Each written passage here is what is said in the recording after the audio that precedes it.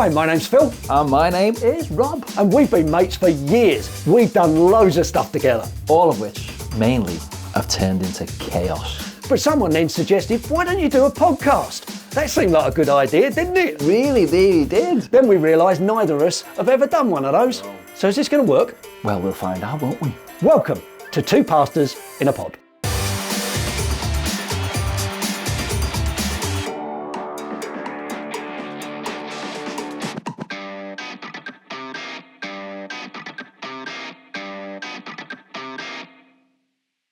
So, Rob, Yes. Here it is. It is another Two Pastors in a Pod. Yes. And we're not on our own. We got two guests this time. It's amazing. We're not on our own, are we? And again, we've been inclusive, haven't we? We're trying to be because we've got people from across the pond. Do you know what? The expense account on this podcast is getting really big. I know. We're having to fly them all the way in from the States. Bringing them in. Yeah. So, who do we have? We have Lillian and Joe. Now, Lillian and Joe, just introduce yourselves. Tell us a little bit about how long you've been married and just introduce yourselves. And who your favourite pastor is out of the two of us. Yeah, be very careful. Well, we're not going to do that. Let's start with you, sir. My name is Joseph Kraft. I was married to Lillian here in 1988. That makes us 37 years. 37 years. We have one daughter and one grandson. Brilliant. Amen. And what about the lovely lady next to you? My name is Lillian, and I'm married to Joe, and we have stuck it out all these years through thick and thin, and everybody goes through problems. Stronger than ever. Everybody's marriage has problems. Yeah. Everybody's marriage does have problems. Well, Phil's wife constantly tells me that. Well, I know. I don't want to go there. I wouldn't. So you two are here. You're married, and you've got a lot of story to tell us. We know that. But how often have you been over to the United Kingdom? How often have you been here? This would be my third trip. Your third trip. No, can I just say? Yes, I know what you're going to say. Based on the last podcast, Yes, I switched off at that point. you did. So how many times has Joe been? I remember when Derek was here, I remember asking him after you asked him how many times he'd been here. Yeah, you asked him 3 times. So I remembered this time. Good. How many times has Joe been here? 3, isn't that right, Joe? Well done. Yes. Good.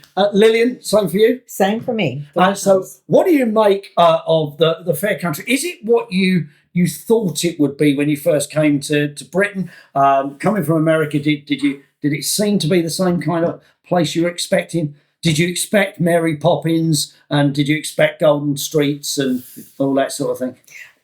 I'll be honest with you. Be very careful. Yes, be very than I careful. thought. Very careful. Better. Better Than you thought. Yes.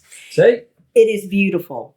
Yeah. Of course, we're in the countryside. You are We're not indeed. in the big cities, No, but we are in the countryside, and it's just beautiful it here. is. It's beautiful. We are very blessed to be where And we Joe, are. what have you enjoyed about the UK?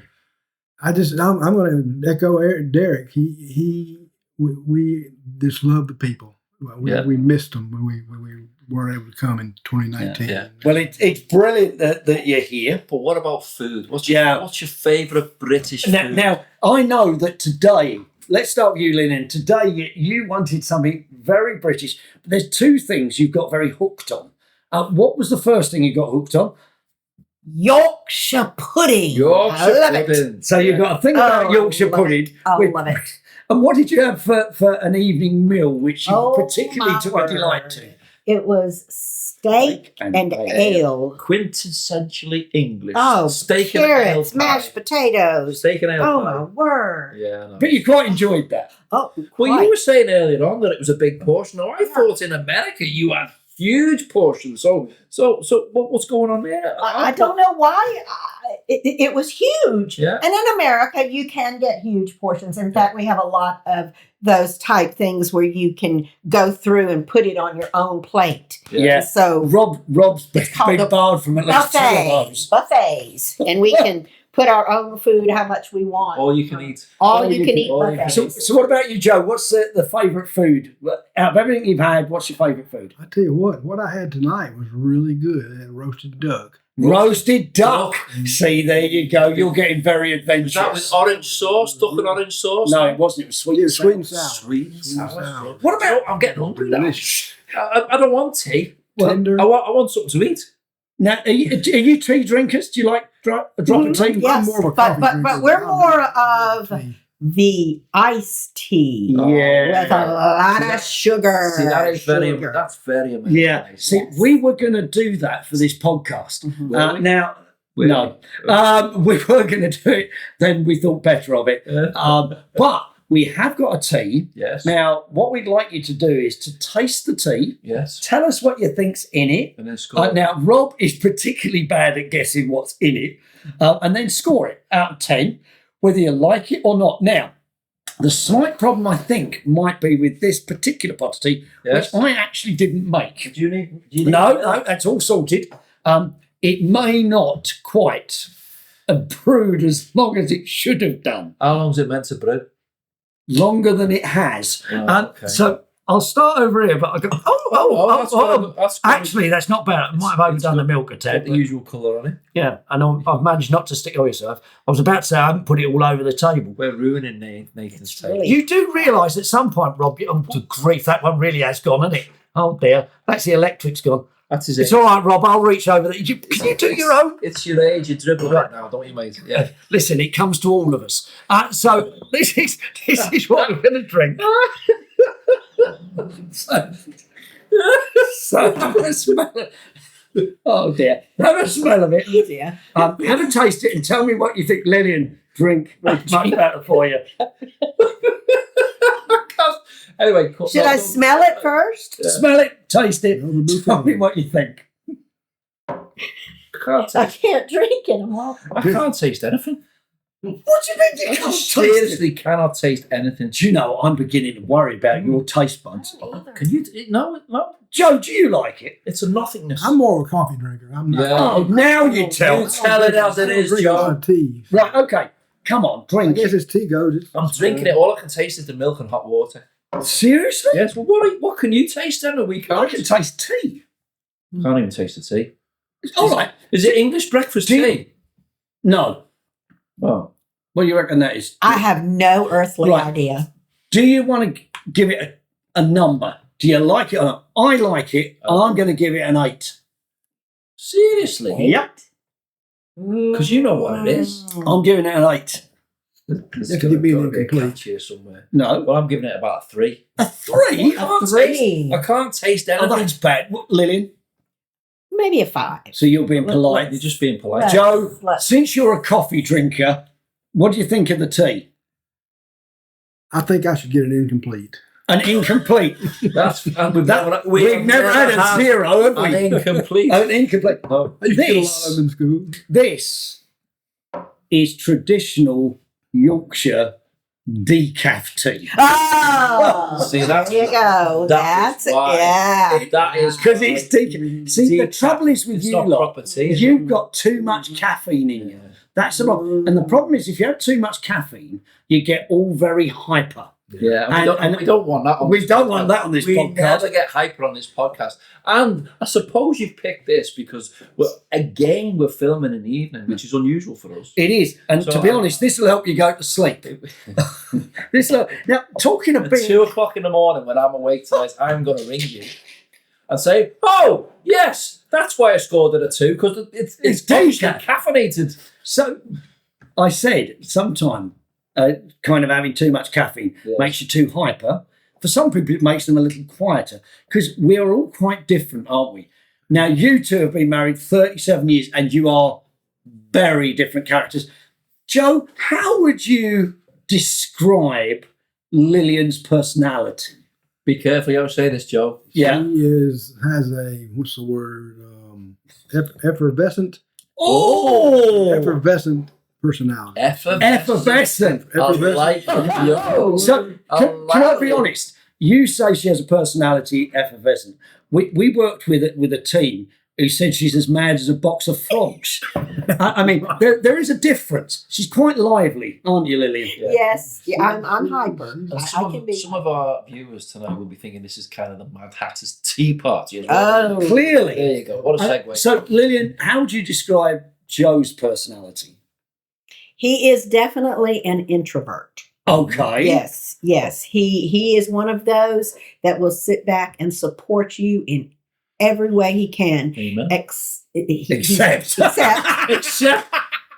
No, there's always a There's a but. if he has There's to get in always a front but, of isn't there, John? people, or he gets very nervous with that. Right. But he is a supporter. I mean, Yeah. I've got to be Therefore, honest. That's what you want. Joe, you are looking very relaxed on this podcast so Yes. far. The most relaxed. So far- we're not through with it yet. Yeah, we got another 20 minutes yet to go. So, Okay. but so can you tell us a little bit? You're obviously very different characters, but God's made you as you are. Do you think God makes people to complement other people?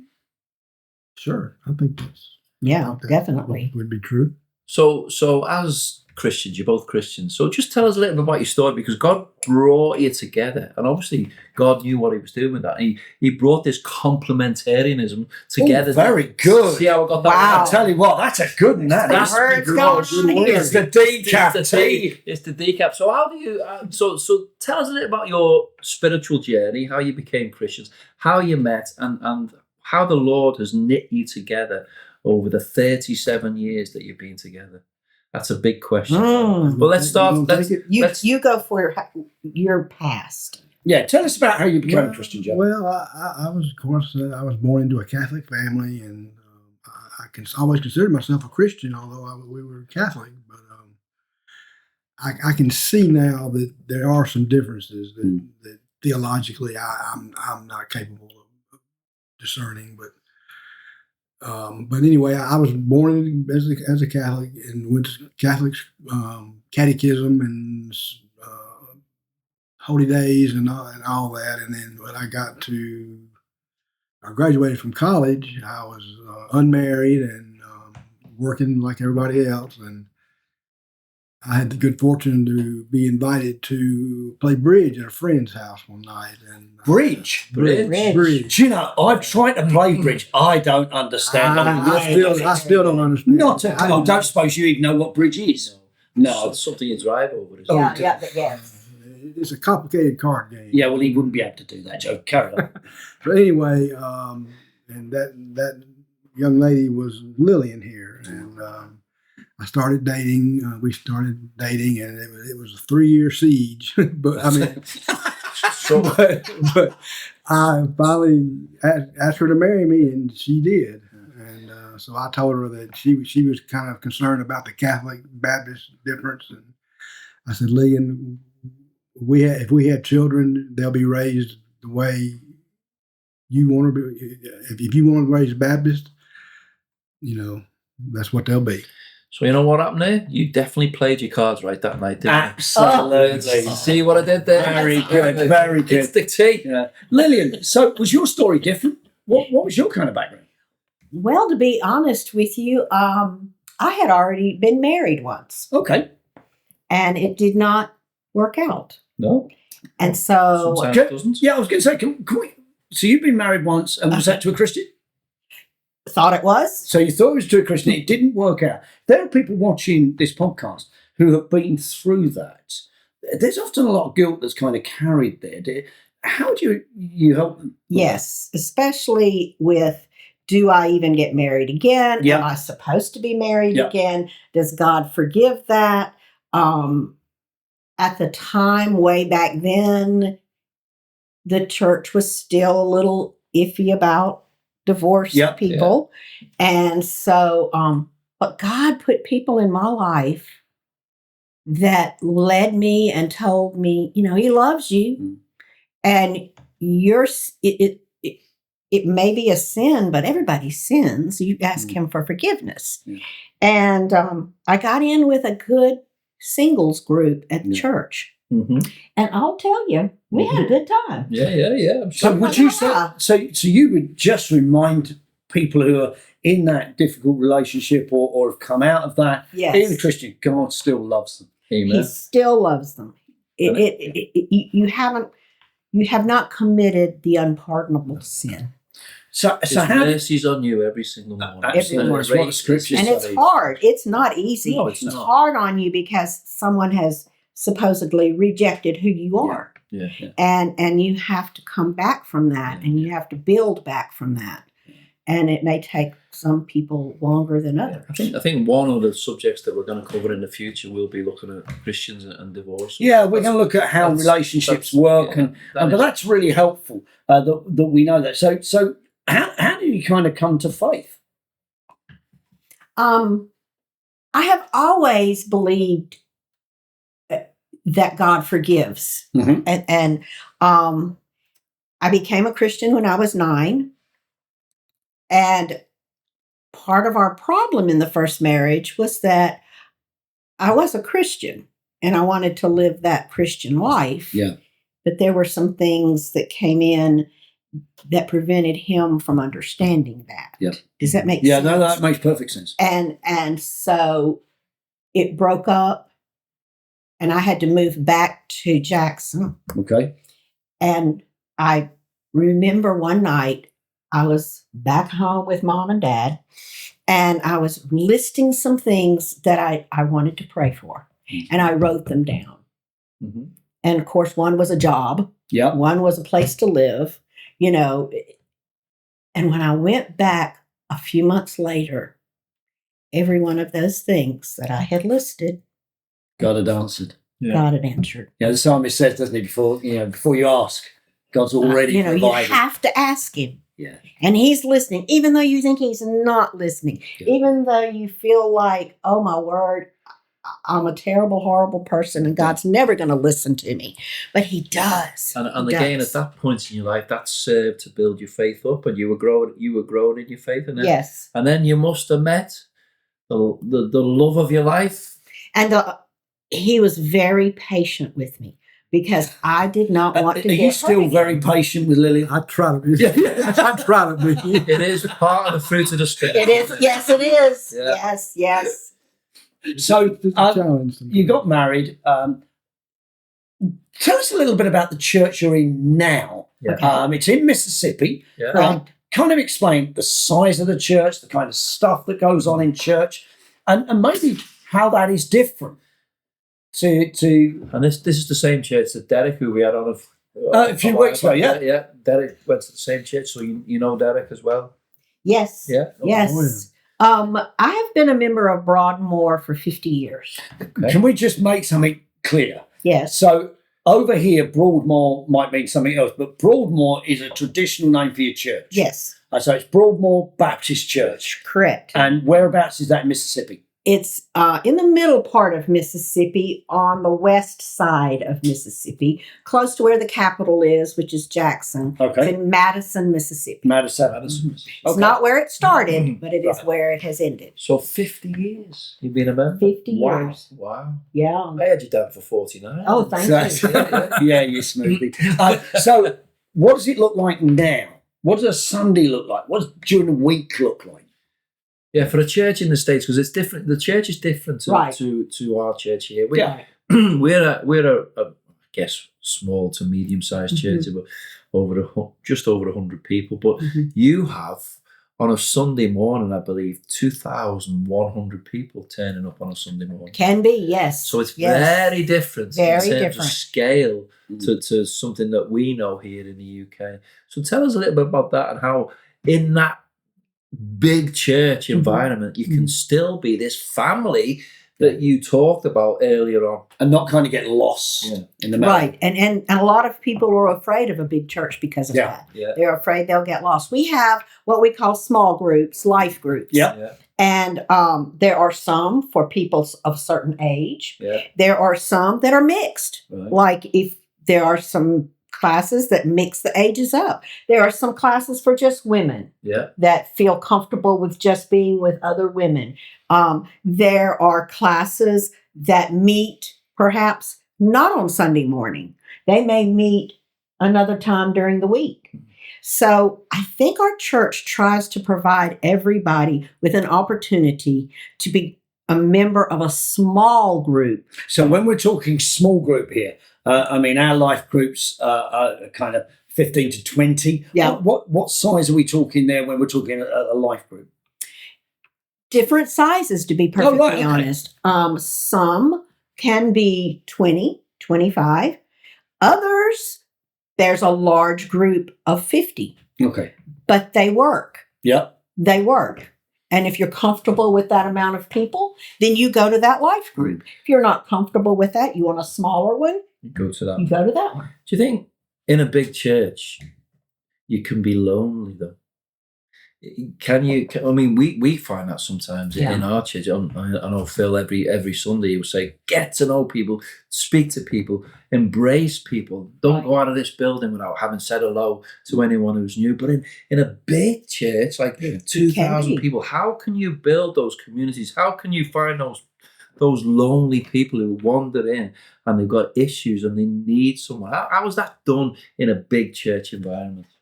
Well, I know at Broadmoor what we've done is we have greeters every morning, people that greet people and welcome them to the church. And then the life groups reach out.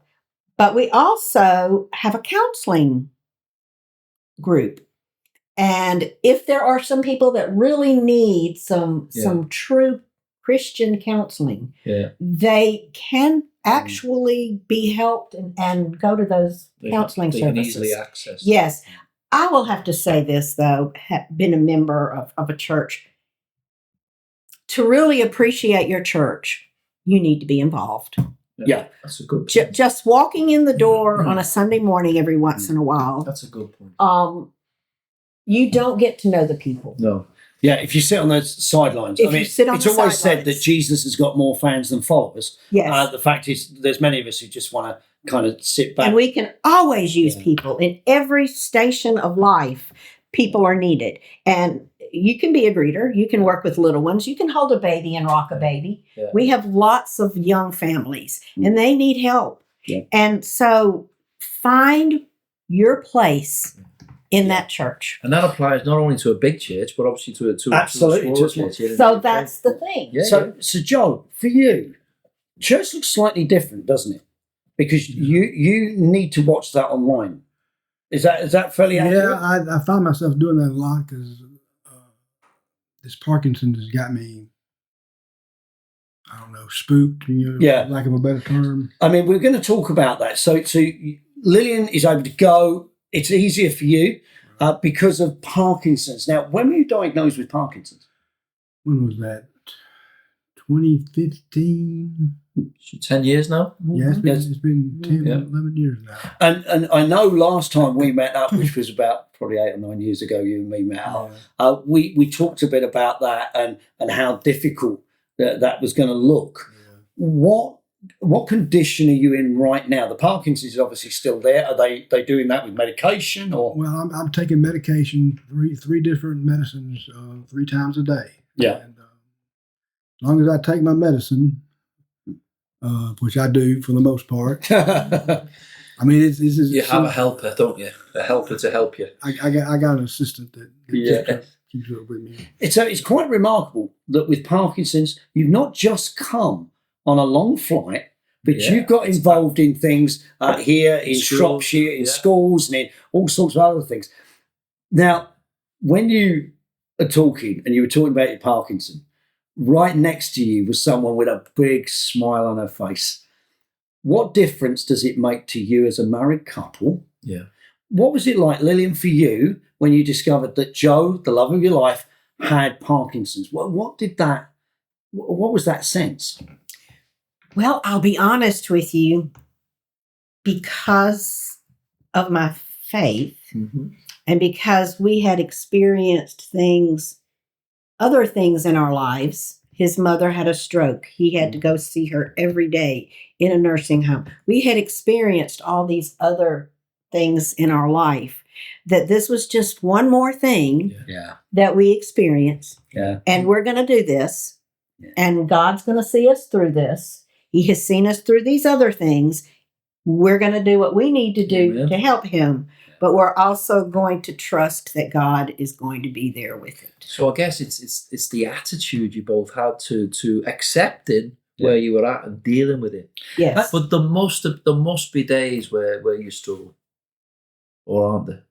Oh, there are some days Yeah. that you just he gets so tired of Yeah. having to remember all those pills Yeah. and having to he doesn't have the strength he used to have. And that's so hard.